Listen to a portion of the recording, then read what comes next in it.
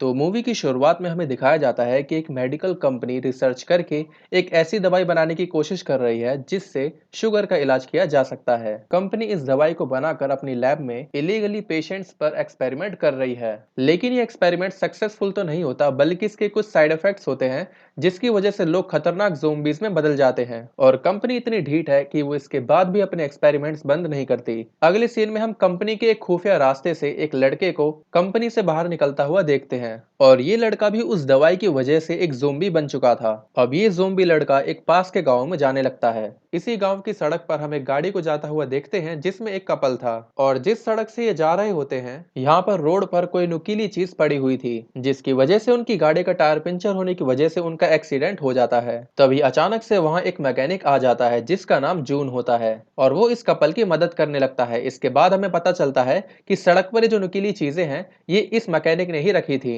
ताकि किसी का टायर पंचर हो जाए और उसे एक कस्टमर मिल जाए। अब उनकी गाड़ी को ठीक करने के लिए वो पास के ही एक गांव में लेकर जाता है क्योंकि इसका घर उसी गांव में था। सुबह होने तक इस कपल की गाड़ी ठीक हो जाती है। इसके बाद उन्हें इसका बिल दिया जाता है जो जरूरत से बहुत ज्यादा था, इसीलिए वो कपल इसे नगद पैसे नहीं देते बल्कि उसे अपनी कार ही दे देते हैं उस बिल को चुकाने के लिए। और ये बात उस मैकेनिक जून को पसंद नहीं आती। इतनी ही देर में अंदर से जून की वाइफ और बेटी बाहर आते हैं जो उन्हें मीट काटने वाले औजारों से डराने की कोशिश करते हैं। तब ये कपल घबरा जाता है और उन लोगों को पैसे देकर वहां से ये चले जाते हैं। दूसरी तरफ हम देखते हैं कि वो ज़ोंबी लड़का गांव तक आ गया था और उसे बहुत भूख लगी थी, इसीलिए वो लोगों को पकड़कर खाने की कोशिश कर रहा था। और हम देखते हैं कि ये ज़ोंबी लड़का तो बहुत ही नल्ला है, इसकी बस की तो कुछ भी नहीं है, ये बहुत ही कमजोर है। दूसरी तरफ बाकी ज़ोंबी से बहुत ही खतरनाक और खूंखार है। यहाँ तक कि ये ज़ोंबी लड़का इतना कमजोर था कि बच्चे भी इसको परेशान करके इसके साथ खेल रहे थे। तभी अचानक वहां पर एक डॉग आकर इस ज़ोंबी का पीछा करने लगता है, और इस डॉग से बचने के लिए ये ज़ोंबी एक वॉशरूम में जाकर छुप जाता है।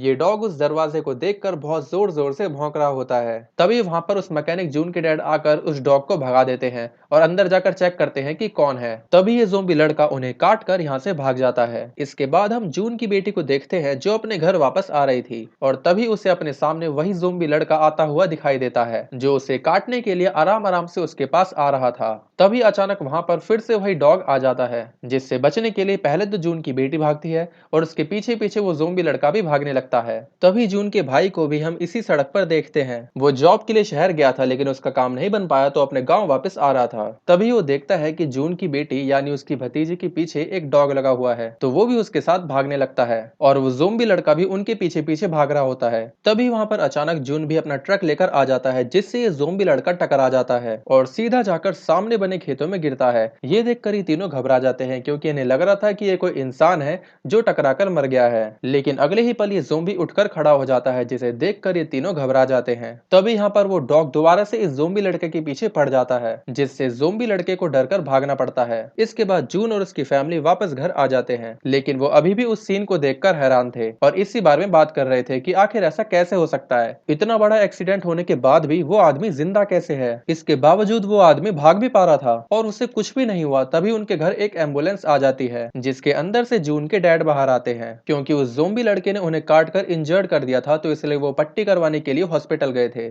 थोड़ी ही देर में रात हो जाती है और वो डॉग अभी भी उस ज़ोंबी के पीछे पड़ा हुआ था, जिससे बचने के लिए वो जून के गैरेज में आकर छुप जाता है। इसके बाद हम जून के डैड को देखते हैं जो एक वैन में थे जो एक कमरे की तरह लग रही थी। वो यहाँ पर आराम कर रहे थे और उनकी एक इच्छा भी थी जिसके बारे में वो सोच रहे थे। वो दरअसल एक आइलैंड पर जाना चाहते थे ताकि वो खूब मजे कर सके, लेकिन वो जा नहीं पा रहे थे क्योंकि उनके पास पैसे नहीं होते। अचानक से इनकी बॉडी का टेम्परेचर बढ़ने लगता है क्योंकि इन्हें उस ज़ोंबी लड़के ने काट लिया था, जिस वजह से वो वायरस इनकी बॉडी में भी तेजी से फैल रहा था। दूसरी तरफ जून की बेटी को ऐसा लगता है कि गैरेज में कोई छुपा हुआ है, इसीलिए वो अपने दादा यानी जून के डैड के साथ वहां पर चेक करने जाती है। और यहाँ पर इस ज़ोंबी को देखकर जून के डैड पहचान जाते हैं कि ये तो वही लड़का है जिसने उन्हें सुबह काटा था। अब उस लड़के से बदला लेने के लिए जून के डैड उस पर हमला कर देते हैं। इसी दौरान जून की बेटी अपनी फैमिली के बाकी मेंबर को भी इसके बारे में बताती है और अपने साथ गैरेज में लेकर आती है। यहाँ पर सभी को ये लगता है कि ये लड़का मर चुका है, लेकिन तभी अचानक से ये ज़ोंबी जिंदा हो जाता है और उन सब पर हमला करने के लिए भागता है, जिससे डरकर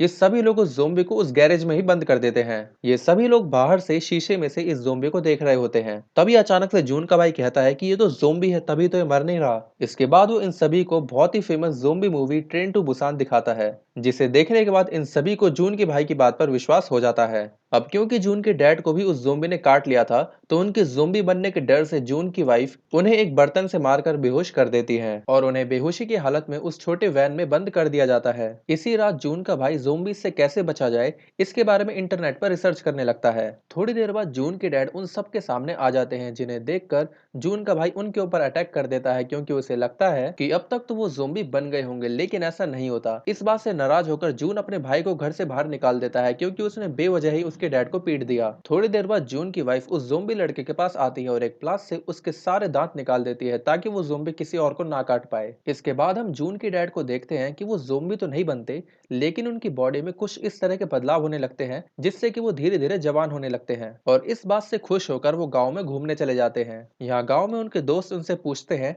कि उनके साथ ये चमत्कार कैसे हुआ, वो इस तरह से जवान कैसे हो गए। इस पर जून के डैड उन्हें बताते हैं कि उन्हें एक ज़ोंबी ने काट लिया था, लेकिन वो ज़ोंबी बनने की बजाय जवान हो गए। इसके बाद उनके सभी फ्रेंड्स उनसे रिक्वेस्ट करते हैं कि वो भी उन्हें उस ज़ोंबी से कटवाएं, ताकि वो भी जवान हो जाएं। बदले में वो सब उन्हें पैसे देने के लिए भी तैयार थे। और ये सब बातें जून का भाई सुन लेता है। अब क्योंकि वो बेरोजगार था, तो वो सोचने लगता है कि क्यों ना वो इस ज़ोंबी को किडनैप करके शहर में बेच आए और इससे बहुत सारे पैसे कमाए। और वो ऐसा ही करता है। वो इस ज़ोंबी लड़के को ट्रक में किडनैप करके ले जाता है, लेकिन ट्रक तेज चलाने की वजह से पुलिस उसको रोक लेती है और उसके ट्रक की तलाशी लेने लगती है, जिसमें उन्हें वो ज़ोंबी लड़का बंधा हुआ मिलता है। इसलिए पुलिस वाले जून के भाई को अरेस्ट करके पुलिस स्टेशन ले आते हैं। कुछ ही देर बाद उसकी पूरी फैमिली पुलिस स्टेशन आ जाती है। अब क्योंकि जून के डैड को पैसों का लालच आ गया था, तो वो ज़ोंबी लड़के को अपना बेटा बताकर घर ले आते हैं और उसे गैरेज में बंद करके रखते हैं। यहाँ पर जून की बेटी उस ज़ोंबी को एक बंद गोभी खाने को देती है और तभी यहाँ पर सभी को पता लगता है कि इस ज़ोंबी के दांत तो किसी ने बहुत ही बेरहमी से निकाल लिए हैं। इसके बाद यहाँ पर आसपास के बहुत से बूढ़े लोग जवान होने के लिए आते हैं। अब क्योंकि उस ज़ोंबी के तो दांत ही नहीं थे, तो वो लोगों को काट कर जवान कैसे करता। इस पर जून के डैड आइडिया लगाकर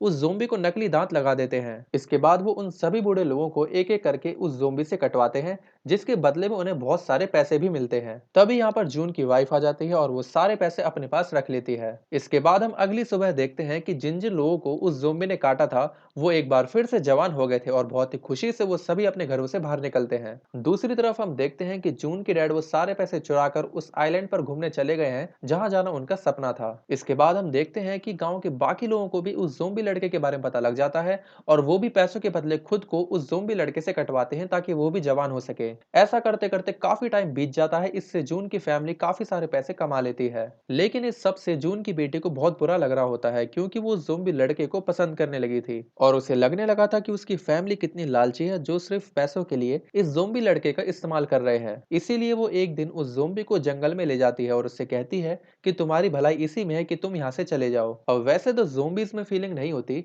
लेकिन ये ज़ोंबी थोड़ा अलग था और ये जून की बेटी को पसंद करने लगा था और ये उससे कहता है कि मैं तुम्हें छोड़कर नहीं जाऊंगा, मैं तुम्हारे साथ ही रहूंगा। इसके बाद हम एक शादी का सीन देखते हैं, जिसमें वो सभी लोग ज़ोंबीज बन जाते हैं, जिन्हें उस ज़ोंबी लड़के ने काटा था, और ये चारों तरफ उथल पुथल मचाकर बाकी बचे हुए लोगों को भी ज़ोंबीज बना देते हैं। ये सब देखकर जून की फैमिली डर जाती है और उन ज़ोंबीज से बचने के लिए वो खुद को अपने घर में बंद कर लेते हैं और साथ ही वो उन ज़ोंबीज से लड़ने की तैयारियां भी करने लगते हैं। दूसरी तरफ हम देखते हैं कि जून का भाई उस ज़ोंबी लड़के को शहर में बेचने के लिए स्टेशन पर लाया होता है, लेकिन यहाँ भी ज़ोंबीज आ गए थे और तबाही मचा रहे थे। इन सब से बचने के लिए जून का भाई उस मेन ज़ोंबी को यहीं पर छोड़कर गाड़ी में वहां से निकल जाता है। उधर सारे ज़ोंबीज इनके घर पर भी हमला करने लगते हैं। इन ज़ोंबीज से बचने के लिए सभी उस छोटी वैन में जाकर छुप जाते हैं और थोड़ी ही देर बाद यहाँ पर जून का भाई भी आ जाता है। अब क्योंकि जून का भाई गाड़ी में था, तो वो एक गन की हेल्प से उन ज़ोंबीज का ध्यान भटकाकर खुद भी उस छोटी वैन में अपनी फैमिली के पास आ जाता है। अब यहाँ पर जून की वाइफ का बच्चा होने वाला था और उसकी तबीयत खराब होने लगती है।